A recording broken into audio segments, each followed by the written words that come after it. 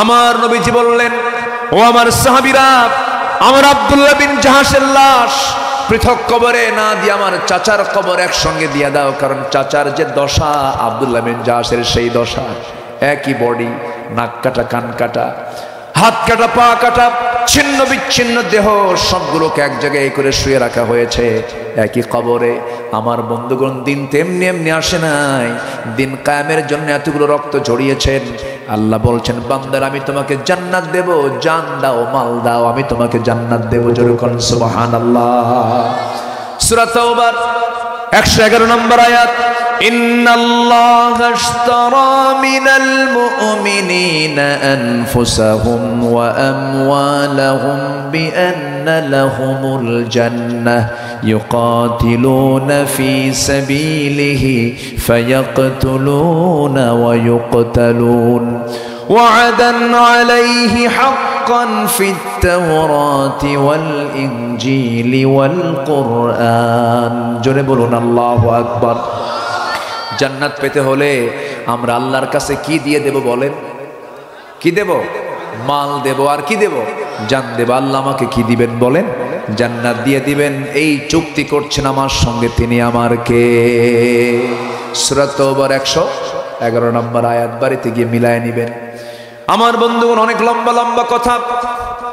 আবার 2 নম্বরে চলে আসি। আমার নবী যেমন রাষ্ট্র গড়ে তুললেন যে রাষ্ট্রে কোনো হিংসা ছিল না।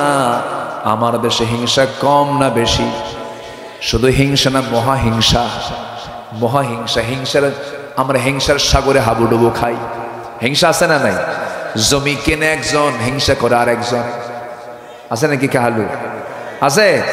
জমি কেনে একজন, হিংসা করে আরেকজন। একটু ভালো চলে, ব্যবসা ভালো করে, আরেকজন শুধু মাথা থাপড়ায়। হাই রে, কি হলো রে? কি আছে এরকম? আছে না? আপনার ভিতরে যখন হিংসা কাজ করবে, তখন আপনাকে ভাবতে হবে আপনার ইমানের মধ্যে ক্যান্সার ঢুকেছে। ইমানের ক্যান্সার হলো হিংসা। হিংসা করা যাবে না। আল্লাহ তুমি তাকে সম্পদ দিয়েছো, তুমি আমাকেও সম্পদ দিয়ে দাও। আল্লাহ তুমি তার ছেলে দান করেছো, তুমি আল্লাহ আমাকে একটা ছেলে দিয়ে দাও। কিছু কিছু পরিবারে, একই পরিবারে 6টা ছেলে মেয়ে নাই, আবার কিছু পরিবারে 6টা মেয়ে ছেলে নাই। কিছু কিছু মহিলার আগের মাথায় এক পর্যায়ে বলেই ফেলে, আল্লাহ তোমার চোখ আসলেই কানা। এরকম কয় না? এরকম কয় না? কেমন করে তুমি এই বাড়িতে 6টা ছেলে দিলা, আমার বাড়িতে 6টা মেয়ে দিলাম, একটু ভাগাভাগি করে দিলেই তো হতো। ওটা ওখানকার 3টা, এখানকার 3টা নিয়ে গেলেই তো হয়ে যেত। দেখছেন হিসাব? দেখছেন? অঙ্ক মিলাই দেখেন। মানে ও আল্লাহর সাথে বেশি অঙ্ক জানে। এরকম করা যাবে না। আল্লাহ যা দিয়েছেন, আল্লাহ আমি তাতেই খুশি।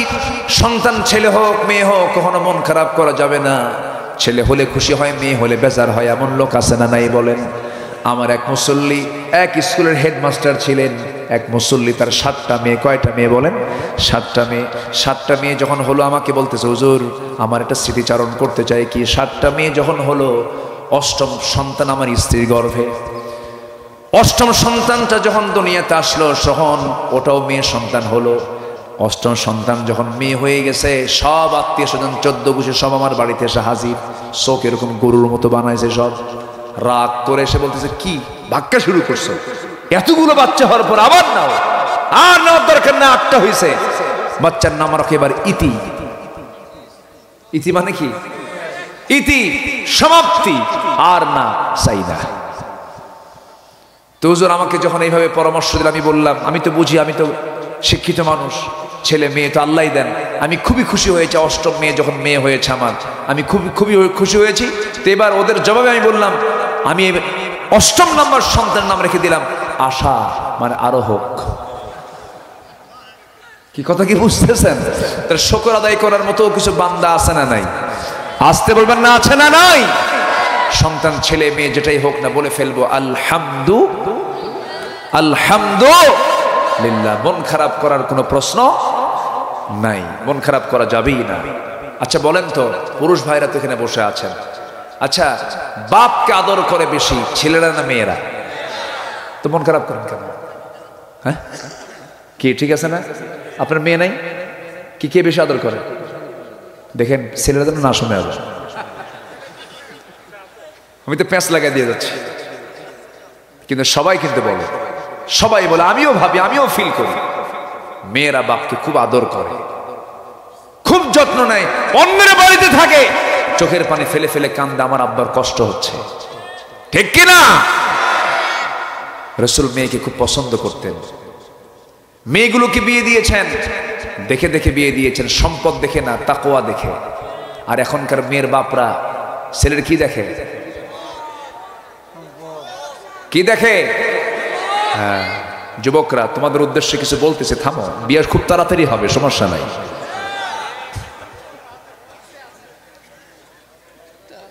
এই ছোট বাচ্চাও হাসে আর কয় ইনশাআল্লাহ, কয় দেখছে, এই যে দেখতেছে না, আসতেছে, যে ওরা সব বুঝে তো, ওরা এখন আধুনিক দুনিয়া না, ওরা আমাদের চাইতো ফাস্ট, অনেক বেশি বোঝে ওরা। সম্মানিত ভাইয়েরা, আমার রাসূল মেয়েকে বিয়ে দিয়েছেন তাকওয়ার যোগ্যতা দেখে, তাকওয়া দেখে বিয়ে দিয়েছেন। আবার এক জামাই ছিল ধনী, বিশাল ধনী, মক্কার শ্রেষ্ঠ ধনী, বিয়ে দিয়েছেন। আবার এমন জামাই নিছেন সবচাইতে ভিআইপি ফকির। কি ফকির গন্ধ, কিচ্ছু নাই।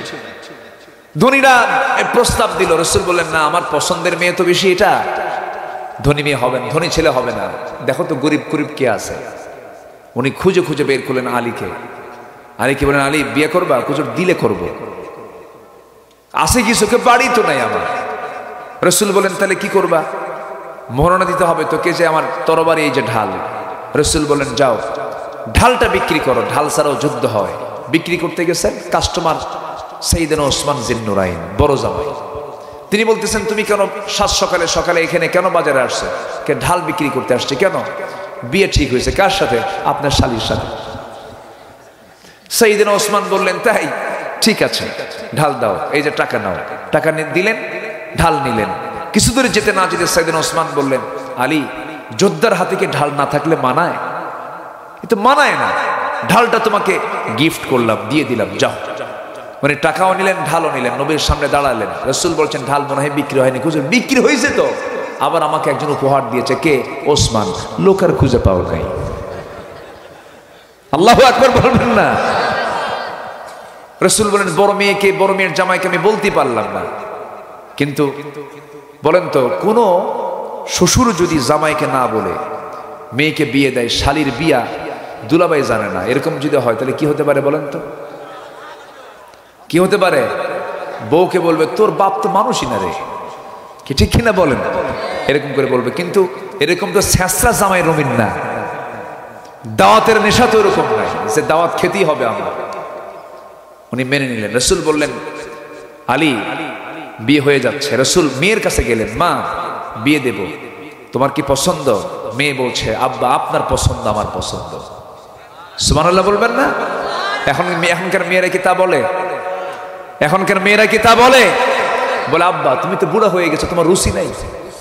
তোমার কি নাই? রুচি নাই। আব্বু, দেখো ওই ছেলেটা খুব ভালো, খুবই স্মার্ট।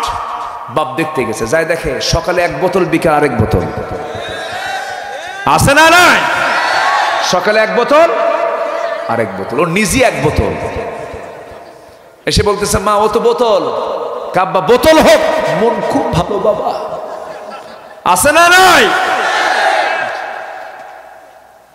বাবার অনুমতি ছাড়া, মার অনুমতি ছাড়া, যুবকরা শোনো, কথাগুলো মনোযোগ দিয়ে শোনো, এই কথা অক্ষর অক্ষরে এটা মিলে যাবে। বাবা আর মার পারমিশন ছাড়া যে বিয়ে হবে, আল্লাহর কসম, ওই পরিবারের শান্তি হবে না, হবে না, হবে না। ঠিক কিনা? বাপ মাকে নিতে হবে, এটা শর্ত। ফাতিমা বললেন, আব্বা, আপনি যা বলবেন তাই হবে। বাপ কি বোঝে না? বাপ কি কোনো মেয়েকে অপাত্রে দিতে চায়? বাবার চাইতে বেশি আদর পৃথিবীর কোনো মানুষ করতে পারে? আমার নবীজি বিয়ে দিলেন।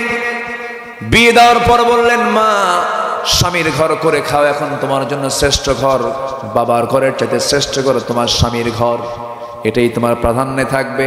স্বামীর ঘর করে খাবে, স্বামীর সঙ্গে সুন্দর আচরণ করবে। একটা কথা বলে দিলাম, মা, স্বামীর ঘরে যাও, মৃত্যুর দিন পর্যন্ত স্বামীর বিরুদ্ধে একটা নালিশ যেন আমার কানে না আসে। আল্লাহু আকবার বলেন। আর আজকের মেয়ের বাপরা কি বলে, মেয়েকে বিয়ে দিয়া বলে মা যা সংসার কর, যদি কিছু হয় শুধু ফোন দিবি, খাইয়া ফালাবো। কি আছে না বলেন তো? অশান্তি হয়ে যায়, এরকম করা যাবে না। আমার নবীজি মেয়ে ফাতিমাকে বিয়ে দিলেন গরিবের ঘরে। ঘর নাই, বাড়ি নাই, টাকা নাই, পয়সা নাই, না খেয়ে থাকা হয় মাঝে মাঝে। একদিন নবীর কাছে সে বলছে, আব্বা জান ঘরে তেমন কিছু নাই, কাজের মানুষও নাই, আপনার দুইটা নাতি নিয়ে আমার সব কাজ করতে গিয়ে একটা আমল শিখায় দেই। সুবহানাল্লাহ, আলহামদুলিল্লাহ, আল্লাহু আকবার। সকাল সন্ধ্যা তুমি 33 বার 34 বার বলবে, আল্লাহ রাব্বুল আলামিন তোমার সমস্ত কাজের জিম্মাদারি হয়ে যাবেন। জোরে বলি সুবহানাল্লাহ। মায়েরা কি মাহফিলে আছে? আমার মায়েরা কথাগুলো শুনবেন, একটু ভাগ ভাগ করে তো কথা বলতে হয়। আমার নবীজি ওই যে মেয়ে ফাতিমাকে পাঠায়া দিলেন, কোনদিন নবীর বিরুদ্ধে, স্বামীর বিরুদ্ধে একটা নালিশ আসে নাই, একটা কথা বলেন নাই। আবার বড় মেয়ে কুলসুমকে বিয়ে দিয়েছেন, কুলসুম রাদিয়াল্লাহু আনহাকে বিয়ে দিয়েছেন। ওসমান জিন্নুরাইনের সাথে 2 মেয়েকে বিয়ে দিয়েছেন। আল্লাহু আকবার বলেন। একটা মেয়ে মারা যাওয়ার পর আরেকটা মেয়েকে রাসূল বিয়ে দিয়েছেন তার সাথে। সে ওসমান জিন্নুরাইন এমন ধনী ছিলেন যে ধনী লোকটা মাঝে মাঝে নবীর কাছে সে বলতেন, ইয়া রাসূলুল্লাহ সম্পদ ভালো লাগে না, আপনি আমার জন্য দোয়া করুন, আল্লাহ যেন আমার সম্পদ কমায়া দেয়। আচ্ছা, এরকম কি ধনী আছে দুনিয়াতে যে সে দোয়া চাইছে, হুজুর আপনি দোয়া করেন আমি যেন ফকির হই? এরকম আছে? এটা আবার কোন ধনী দেখেন? এসে বলছেন, ইয়া রাসূলুল্লাহ আমি যেন ফকির হয়ে যাই, সম্পদ যেন কমে যায়। রাসূল বললেন, শোনো ওসমান, প্রশ্ন আছে আমার। কি প্রশ্ন?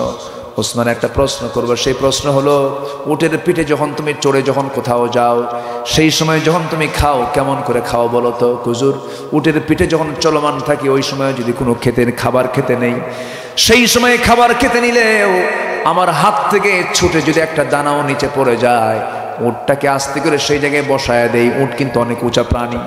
উটটাকে বসায় দেই, থামা দিয়ে নেমে গিয়ে ওই দানাটা তুলে নিয়ে পানি দিয়ে ধুয়ে পরিষ্কার করে ওই দানাটা খাই, দানা নষ্ট করি না। রাসূল বললেন, তোমার জন্য 1000 বার দোয়া করে কাম হবে না, সম্পদ বাড়বে। জোরে কোন সুবহানাল্লাহ। তাহলে সম্পদ হতেও কোনো সমস্যা নাই, কিন্তু হতে হবে অবৈধ না বৈধ? অবৈধ না বৈধ? বৈধ। সম্পদ হতেও সমস্যা নেই, না হলেও এগুলো নিয়ে ইমানদারের কোনো চিন্তা হবে না। চিন্তা হবে ইমান নিয়ে। চিন্তা হবে কি নিয়ে? ইমান নিয়ে। আল্লাহ কাউকে সম্পদ এমনি দিয়ে দেয়। দেখেন না, গ্রামের মধ্যে কিছু গরিব, গ্রামের মধ্যে কিছু বোকা শোকা মানুষ আছে, সম্পদ অনেক, আর কিছু লোকের এত বুদ্ধি গিজ গিজ করে ভাত পায় না। এ আছে না নাই? দারুণ বুদ্ধি, ভাত নেই। হ্যাঁ হ্যাঁ, প্রচুর বুদ্ধি। এই জন্য রিজিক চাইতে হবে কার কাছে? আমরা হিংসা করব? আমরা হিংসা করব না উদার হব? কি হবে বলেন? কি হবে বলেন? উদার হব। আমার নবীজি হুনাইন যুদ্ধের পরে, কি যুদ্ধ বলেন তো? হুনাইন। হুনাইন যুদ্ধের পরে আমার নবীজি গনিমতের কিছু মাল পেলেন। যুদ্ধে বিজয় হওয়ার পর যে মাল পাওয়া যায় তাকে গনিমতের মাল বলা হয়। যুদ্ধলব্ধ সম্পদ পেলেন, যোদ্ধাদের মাঝে বন্টন করে দিলেন, কিন্তু আনসারদের কিচ্ছু দিলেন না, সব দিয়ে দিয়েছেন কুরাইশদের মাঝে, আরবদের মাঝে। এখন বলেন তো কথা কি হবে না কিছু? আস্তে কয় হবে কিনা বলেন? আনসারদের কিছুই যখন দেওয়া হলো না, আমার নবীজির কানে সংবাদ চলে এলো, আনসাররা সব আলোচনা শুরু করে দিয়েছে। কিছু কিছু আনসাররা বলেই ফেললেন, আল্লাহর কসম রাসূল আমাদেরকে দিলেন না, মনে হয় রাসূল কুরাইশদের সঙ্গে মিশে গেছেন, সব তাদেরকে দিয়ে দিলেন। দেখুন সাহাবাদের মধ্য থেকে যদি এমন কিছু আসে, মানুষের মধ্যে এগুলো আসে কি আসে না? আসে। কিন্তু আমার নবীজি কি সংকটে পড়লেন, সেই সংকটটাকে কি সুন্দর করে তিনি সমাধান করলেন। তিনি বললেন, আলা তারদাউনা ইয়া মাশারাল আনসার আইয়াযহাবান নাসু বিশ-শাতি ওয়াল বাঈর ওয়া তারজিউ বিরাসূলিল্লাহি ইলা রিহালিকুম। আমার নবীজি বললেন, ও আমার সাহাবীরা, ও আমার আনসারের সাহাবীরা, কুরাইশরা, আরবরা, তারা তাদের ঘরের মধ্যে উট, ভেড়া, দুম্বা নিয়ে চলে গেছে, আর তোমাদের ঘরের মধ্যে তোমাদের রাসূল চলে গেছে। সাহাবীরা কান্দে আর কয়, হুজুর খুব বেয়াদবি হয়ে গেছে আমাদের, আমরা তো রাসূলকে পেয়েছি, আমাদের সম্পদের দরকার নাই। জোরে বলে সুবহানাল্লাহ। রাসূল সংকট কি করলেন? দূর করে দিলেন। হিংসা দূর করে দিলেন। আল্লাহু আকবার বলেন।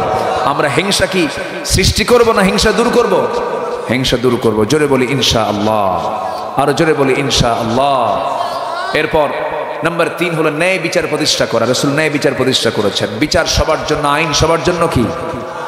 আরো জোরে, আরো জোরে। আইন সবার জন্য সমান। সাইয়েদনা ওমর ফারুক রাদিয়াল্লাহু তাআলা আনহু ঘোড়া কিনেছেন। কি কিনেছেন? ঘোড়া। আগে, এখন তো হোন্ডা কেনে, এখন হোন্ডা কিনতে যায় না, আগে কি কিনতে যেত? ঘোড়া। ঘোড়াওয়ালার কাছ থেকে ঘোড়া নিয়েছেন, টাকা পয়সা দিয়েছেন, বুঝে শুনে নিয়ে ঘোড়া নিয়ে বাড়িতে আসতেছেন। ঘোড়ার 4টা পা অকেজো হয়ে গেছে, ঘোড়া বসে গেছে। উনি রাগ করে গিয়ে ঘোড়াওয়ালাকে বললেন, তামসা খারাপ করছো না, এই ঘোড়া আমি দেবো না, ঘোড়া ফেরত নাও। অসুস্থ ঘোড়া কেন দিয়েছ? সঙ্গে সঙ্গে ঘোড়াওয়ালা বলতেছে, আমিরুল মুমিনিন, আমি আপনাকে অসুস্থ ঘোড়া দেইনি, সুস্থ ঘোড়াই দিয়েছি। আপনি দেখে নিয়েছেন ঘোড়া, আমি দেখে নিয়েছি টাকা, লেনদেন শেষ, আমি এই ঘোড়া ফেরত নেব না। সাইয়েদনা ওমর ফারুক বললেন, না আমি এই ঘোড়া নেব না। শেষ পর্যন্ত তিনি বলেই ফেললেন যে আমি তোমার ঘোড়া তোমাকে দেব, তুমি আমাকে টাকাটা দিয়ে দাও। এখন ঘোড়াওয়ালা বলতেছে, আমিরুল মুমিনিন, এখানে আপনার কথাও ঠিক নেই, আমার কথাও ঠিক নাই, আপনি একটা বলছেন, আমি একটা বলছি, চলেন আমরা আদালতে যাই। কে বলতেছে? বলেন কে বলতেছে? কাকে বলে? কাকে বলতেছে বলেন? ঘোড়াওয়ালা কোথায়? আর 40টা রাষ্ট্রের রাষ্ট্রপ্রধান কোথায়? খলিফাতুল মুসলিমিনকে হুমকি দিয়ে বলতেছে, হুমকি তো এটা, চলেন আমরা আদালতে যাই। ওমর ফারুক মাথা নিচু করে বললেন, তাই তুমি কি আদালতেই যাবে? হ্যাঁ চল, আইন সবার জন্য সমান। সোজা তিনি চলে গেলেন এক সাধারণ ঘোড়াওয়ালার সাথে আদালতে। আদালত প্রাঙ্গণে যে বিচারপতির সামনে গিয়ে যখন দাঁড়াইছেন ওমর ফারুক, বিচারপতি লাফ মেরে দাঁড়ায় গেছে চেয়ার থেকে, দাঁড়ায় বলে, আপনি এই জায়গায় কেন? সাইয়েদনা ওমর ফারুক বলছেন, বিচারপতি আমাকে দেখে বিচার করবা না। সুবহানাল্লাহ বলবেন না? আমি ওমর, আমাকে দেখে যদি বিচার করো, তোমার বিচারপতির ন্যায্য, তোমার বিচারপতির যে ন্যায় দিক, এটা নষ্ট হয়ে যাবে। তুমি তোমার অবস্থা থেকে আমার দিকে না তাকিয়ে বিচার করো। বিচারপতি দুজনের কাছ থেকে শুনলেন কথা। শুনে বিচারপতির নাম হলো কাজী সুরাই ইবনুল হারিস আল কিন্দি রাহিমাহুল্লাহ। তিনি বলতেছেন, আমিরুল মুমিনিন, আল্লাহর কসম করে বলি, আমি আপনাকে ভালোবাসি, আমি আপনাকে মহব্বত করি, কিন্তু দুজনের বক্তব্য শোনার পরে আমার কাছে যতটুকু মনে হয়েছে, বিচার যদি করতে হয়, আজকের রায়টা আপনার পক্ষে যাবে না, আজকের রায়টা সম্পূর্ণ ঘোড়াওয়ালার পক্ষে চলে যাবে। আল্লাহু আকবার বলেন। সাইয়েদনা ওমর ফারুক বলেন, কেন একটু বলো, আপনি তো আমাকে বুঝায় দেন। তিনি বললেন, আপনি ওমর, আপনি আমার সামনে এখন আছেন, আপনি বাড়ি পর্যন্ত যাবেন সুস্থ অবস্থায়, তার গ্যারান্টি কি? গ্যারান্টি নাই তো। ঘোড়া অসুস্থ হয়েছে, গ্যারান্টি কি? আল্লাহু আকবার বলবেন না? আপনার মালিকানায় চলে আসছে, কোনো কমপ্লেন দেওয়া যাবে না। সাইয়েদনা ওমর ফারুক মাথা নিচু করে সেখান থেকে ফিরলেন বাড়িতে। পরের দিন মজলিসে শুরার বৈঠকে বসেছেন। সেই বৈঠকে বলে ফেললেন, শোনো, একজন বিচারপতিকে পেয়েছি, খুব সাহসী বিচারপতি, সে আমার বিরুদ্ধে রায় পর্যন্ত দিতে পারে। এই লোকটাকে সাধারণ বিচারপতি না বানায় তাকে চিফ জাস্টিস বানায় দেওয়া হোক। আল্লাহু আকবার বলেন। তাহলে খলিফার বিরুদ্ধে রায় দিলে তার মানে পোস্ট কমে না বাড়ে? কি তার পদোন্নতি হয় না? কি কি ডিমোশন না প্রমোশন? প্রমোশন। আল্লাহু আকবার বলেন। আর আমার দেশে রাষ্ট্রপতির বিরুদ্ধে ফায়সালা দিলে পাগলা বানায় বাইরে পাঠায় দেয়, এরকম রেকর্ড আছে না নাই? আচ্ছা। সম্মানিত ভাইয়ের, আইন সবার জন্য সমান। চুরি করে ধরা পড়েছে এক মহিলা, ধনী পরিবারের মহিলা, তার নাম ফাতিমা, আমার নবীর মেয়ের নামও ফাতিমা। ধরা পড়ছে, রাসূল বললেন, হাত কাট, আস-সারিকু ওয়াস-সারিকাতু ফাকতাউ আইদিয়াহুম, হাত কাটো। সাইয়েদনা ওমর ফারুক তাদের সুপারিশ শুনে তিনি রাসূলকে এসে বলতেছেন, হুজুর, সম্ভ্রান্ত পরিবার তো, দেখুন তো হাতটা না কাটলে হয় কিনা, কোনোভাবে দেখুন তো বাঁচানো যায় কিনা। আমার নবীজির চেহারা লাল হয়ে গেছে। আমার নবীজি রক্তিম চেহারা আকার ধারণ করে বলছেন, ওমর, তোমার দ্বারাজ কণ্ঠ গেল কোথায়? তুমি আজকে আমাকে একজন চোরের পক্ষে সুপারিশ করতে এসেছ। আমি বিশ্বনবীর সিদ্ধান্ত নিলাম, আমার চূড়ান্ত সিদ্ধান্ত শোনো। আজকে যদি ওই উচ্চ বংশের ফাতিমা চুরি না করে যদি আমার মেয়ে ফাতিমা বিনতে মুহাম্মদ যদি চুরি করত, রাসূল একদম শক্ত ভাষায় বললেন, আল্লাহি লাউ আন্না ফাতিমাতা বিনতে মুহাম্মাদিন সারাকাত লাকাতাতু ইয়াদাহা, যদি চুরি করে ধরা পড়ে যেত আমি রাসূল নিজে ফাতিমাকে সবার চোখের সামনে নিয়ে এসে আমি রাসূল নিজে তার হাত কেটে দিতাম। আমরা কেমন রাষ্ট্র দেখতে চাই ভাই? আমরা কেমন পরিবেশ আমরা দেখতে চাই? এই জমিন আল্লাহর দিন কায়েম হওয়ার জন্য যদি বুকের তাজা রক্ত ঢেলে দিতে হয়, জানমাল কোরবান দিতে হয়, সবাইকে রাজি আছেন? রাজি আছেন কারা কারা? একটু হাত উঁচু করে দেখেন মুসলমান।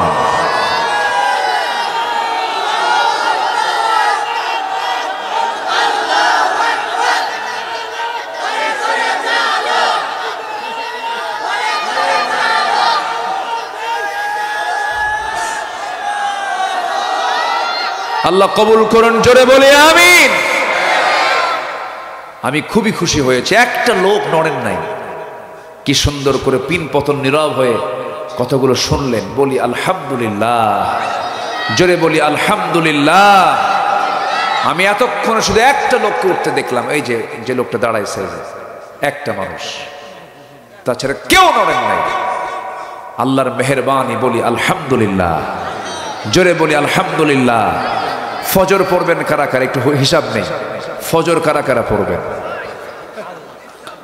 হ্যাঁ, জোরে বলি ইয়া আল্লাহ, আমাদেরকে ফজর, জোহর, আসর, মাগরিব, ইশা 5 ওয়াক্ত সালাত আদায় করার তৌফিক তুমি আল্লাহ দিয়া দাও। জোরে বলি আমিন, আরো জোরে আমিন। হাত নামান। কষ্ট দিলাম মনে হয়। বাড়ির বউটাকে আমরা কি বেপর্দায় রাখবো না পর্দায় রাখবো? কিছু স্বামী আবার আছে বউটাকে দেখাতে খুব পছন্দ করে, বউটার সুন্দর ছবি তুলে, অর্ধলগ্ন ছবি তুলে ফেসবুকে দিয়া বলে, প্রিয় বন্ধুরা আসুন আমার বউটাকে সবাই মিলে জামাতের সাথে দেখি। যেরকম নাউজুবিল্লাহ, এরকম নিচু মনের কিছু একদম উচ্ছৃঙ্খল বেয়াদব সাইজের এরকম কিছু স্বামী আছে না নাই? আচ্ছা, এগুলো করা যাবে না। বাড়ির বউকে আমরা ঢেকে রাখবো, পর্দায় রাখবো। বোন, মেয়ে, মা সবাইকে আমরা ঢেকে রাখবো পর্দায়। জোরে বলি ইনশাআল্লাহ। যত দামি দামি জিনিস মুক্তা কার পেটে থাকে বলেন তো? ঝিনুকের পেটে। ঝিনুক থাকে কোথায়? সমুদ্রের তলদেশে, পর্দায় থাকে। দেখেন কত দামি জিনিস পর্দার ভিতরে থাকে। দামি জিনিসগুলো সবসময় ভিতরেই থেকে যায়। এই জন্য আমরা আমাদের মা জাতিটা অত্যন্ত সম্মানের জাতি, দামি জাতি, আমরা এদেরকে উলঙ্গ অবস্থায় বাইরে বের হতে দেব না। আল্লাহ কবুল করুন, জোরে বলি আমিন। কাটায় কাটায় 12টা বেজে যাচ্ছে, সব দিকে খেয়াল করে আমরা আর সামনের দিকে এগুতে চাচ্ছি না। শেষ করে দেই, আলোচনা চলুক, হুজুর মরুক।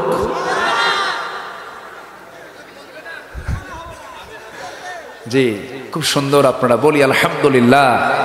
একটা লোক নড়বেন না, সবাই বসুন, একসঙ্গে দোয়ায় সামিল হব আমরা। তবে অবশ্যই সে দোয়াটা হবে 12টার পরেই। 12টার পরেই হবে, কারণ 12টার পরের দোয়ার বরকত কম না বেশি? বেশি। এই দোয়া থেকে কেউ মাহরুম হবেন না, সবাই থাকবো আমরা। এই মাহফিলটা চলছে কত বছর? 25 বছর। এই বিশাল একটা সময় নিয়ে এই মাহফিলটা চালাচ্ছে কমিটি। তা আপনাদের সবার কাছে একটা আরজ, যারা আসছেন বসছেন সবাইকে যদি আমি একটু বলি, আপনার আল্লাহর দেওয়া নিয়ামত থেকে, আল্লাহর দেওয়া রিজিকই তো আল্লাহর দেওয়া না? আল্লাহর দেওয়া রিজিক থেকে আবার আল্লাহকে কিছু দিবেন, রাজি আছেন না সবাই? কার দেওয়া রিজিক? আবার ঘুরে দেব কাকে? আল্লাহকে। দিলে আল্লাহ ওখান থেকে আবার কম দিবেন না ডাবল দিবেন? ডাবল দিবেন। চক্রটা দেখেন, আল্লাহর দেওয়া রিজিক থেকে আপনি আল্লাহকে দিবেন, আবার আল্লাহ এটা নিয়ে আপনাকে ডাবল ডাবল দিবেন। জোরে বলি সুবহানাল্লাহ।